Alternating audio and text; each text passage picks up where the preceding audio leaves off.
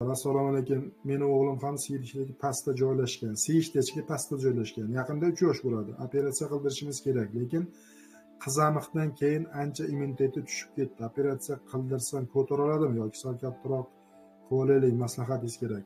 Aynan qizamiq degan infeksiya g'irt iflos infeksiya. Bu COVIDning bir turi hisoblanadi. Hech kim uni dokazat qilmagan qizamiqligini.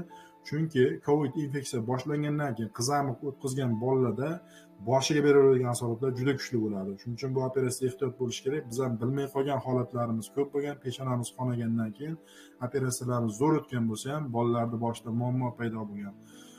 Bu soha bo'yicha juda ko'p qiziqdik, izlandik. Shu qizamiq bo'lgan bolalarni ras operatsiya qilsak, operatsiyani ko'tarilmasa boshiga asorat berib, sudirga berib, yo komaga tushib, o'zi yotoq joyida yotib qolgan bolalar bor.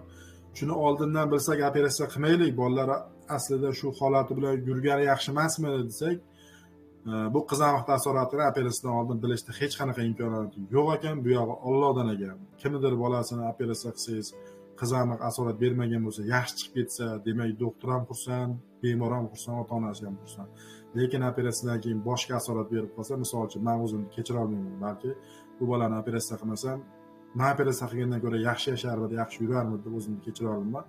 Shuning uchun ming bor uzr, qizamiq bo'lgan holatlarda men bolani sog'ligiga statistika aytolmayman. Chunki bu yangi hali ishlab chiqilmagan statistika. Qizamiq bo'lmagan bolalar bo'lsa 95% yaxshi qilib beraman, 96% yaxshi qilib beraman, qolgani Allohdan deb ayta olaman. Lekin qizamiq bo'lgan bolalarda bu muammo, qiyin muammo.